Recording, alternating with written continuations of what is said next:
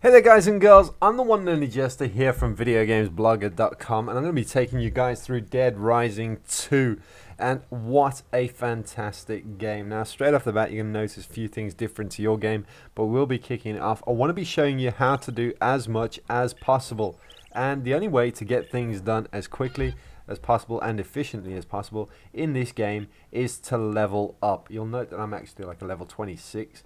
So yeah, basically I've been playing for a little while, go through, and sometimes yes you do die, but what actually happened to myself, I went through and instead of just restarting, I mean you can do that guys, I went through and I finished the game with a D ending. It's called ending D.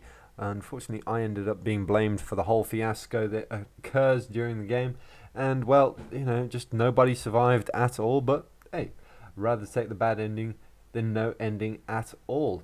Going through that way, I did manage to accrue a huge amount of points all the way through, bashing zombies, figuring things out, grabbing some achievements along the way, so it's not like it's a waste of time guys. Go through. You are going to get everything in Dead Rising 2, you're going to be playing through quite often. Let's get to it. Yeah, you're going to be playing this game quite a bit. So I'm going to be kicking it off. Of course, every time you start, you can take your character back, and he keeps all his level points, which is really cool. You keep all your level points, you just move on, and we're going to go into the first part, the first mission, which is to find Katie's Zombrex. And Zombrex needs to happen 3 times. You need to find 3 doses of Zombrex. Now you can either do this by purchasing it, you can run around. This first one we're going to get here is for actually rescuing somebody. We're going to go save a lady out in the pharmacy. All I'm doing here is building up some combo weapons, although you won't be able to do this straight off. You need to actually go in, you need to find Zombrex first and move into like phase 2 of the first day before you actually get this maintenance room key where you can build things. But once you've actually got the maintenance room key and start, you can build combo weapons straight off. So I'm just, you know, just showing off a few of the little bits and pieces that I've got. We've got a nice nail bat there. We've also got a guide up, guys, if you want to have a look at that. I've gone and covered all the combination weapons that I've found along the way. And this is a cool one. We need a sledgehammer. Let's go take this back. A sledgehammer and a fire axe. Really cool stuff. I'm going to put those two on the table quickly. And they end up being put together in some brutish fashion.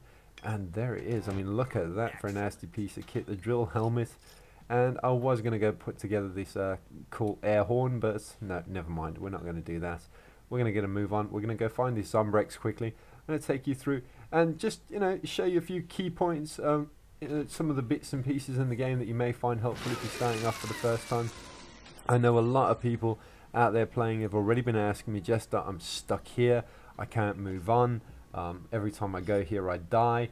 It's mainly because obviously if you're not leveled up enough you won't be able to move. You know, you're either moving too slow, you don't have enough health, you can't carry enough weapons. Some people are going to need a serious and complete beating. You're going to need to wade in with some heavy juicy stuff, and you're going to need space to carry all that. You're also going to need space for health. You're going to need to be able to move fast enough, etc. So as we're going through, I'd suggest focusing on the survivors the first time round, or maybe just like spend half, you know, maybe 2-3 hours, go pick up on a few people, save up, and get those points in, guys. Really do build up your character, make him your own, and of course then you can go out and kick some serious tail and have some fun, because that's what Dead Rising's all about. It's about having some serious fun.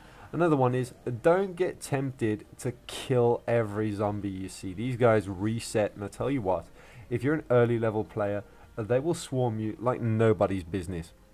Now we're going to come around, we've come up past the car, and of course into the pharmacy for the first time, and we're going to meet up with these punks who really can be a pain in the behind. But note that if you find looters around the place, you'll hear them talking amongst themselves. They usually say things like, oh, where's the money? Or, you know, should we take this? You'll hear those voices in the background. Whenever you hear that, have a look out for those hooded hooligans, because killing them gets you 500 PP points. I mean, that's a definite bonus. So always go for them as soon as you can. I mean, you'd have to kill countless zombies to grab that many points. Any which way. By killing those 3 guys, we gained the pharmacy key. We can now open the door. We're going to go pick up on some Zombrex and some orange juice. Orange juice is a definite favourite of mine, as it kind of, well, it has one of the highest health, it gives out the most health points compared to coffee creamer. So yeah, cake's also good. Cake gives you health bar a nice boost. Now we're going to go take this Zombrex back to Katie, although she can only take Zombrex at certain times. So you're going to need to keep an eye out on your watch, because if you don't watch the watch, you'll be going back too early, and obviously you can't give her the Zombrex, and then you're just wasting time really. So we're going to help out Denise. We're going to take her back with us.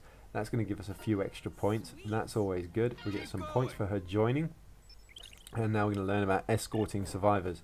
There we are. I tend to shout quite often. If I'm taking survivors back, I am a rowdy leader. I like them to know that they best be following on. And also, one of the questions I've seen floating around is how do, why won't they follow me into a door, or why don't they come inside, etc. Well, if you're up against an exit, you need to turn around and have a look at your survivor. Make sure they're chasing you. If you watch that little icon and you turn around and see them, if you're stood next to a door, they'll get a green door icon above their heads.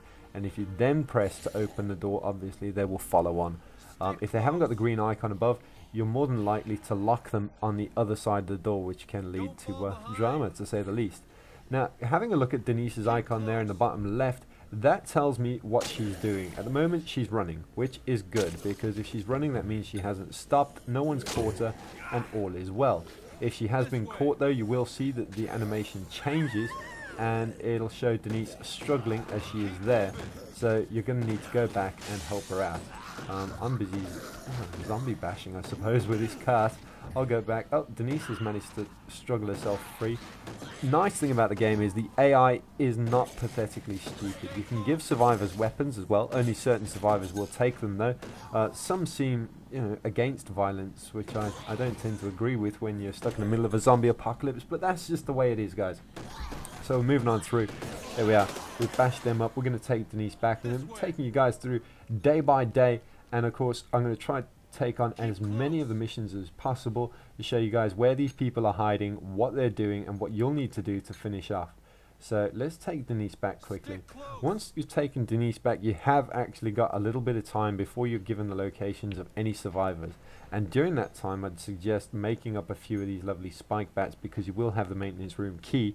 And make up all the spike bats. There's enough stuff in the entrance, just this part here, and the walk up to the actual room itself to build 2 spike bats straight away. In the door opposite the actual maintenance room, there's room in there. Go inside that door, there's a box of nails, so that way you can always put together a second spike bat, because there's a spike bat lying next to the rubbish bags just as you're about to walk up those stairs.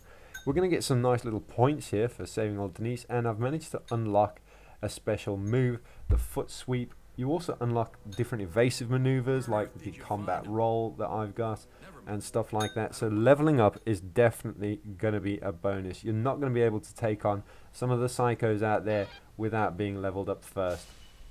So let's have a look. There we are.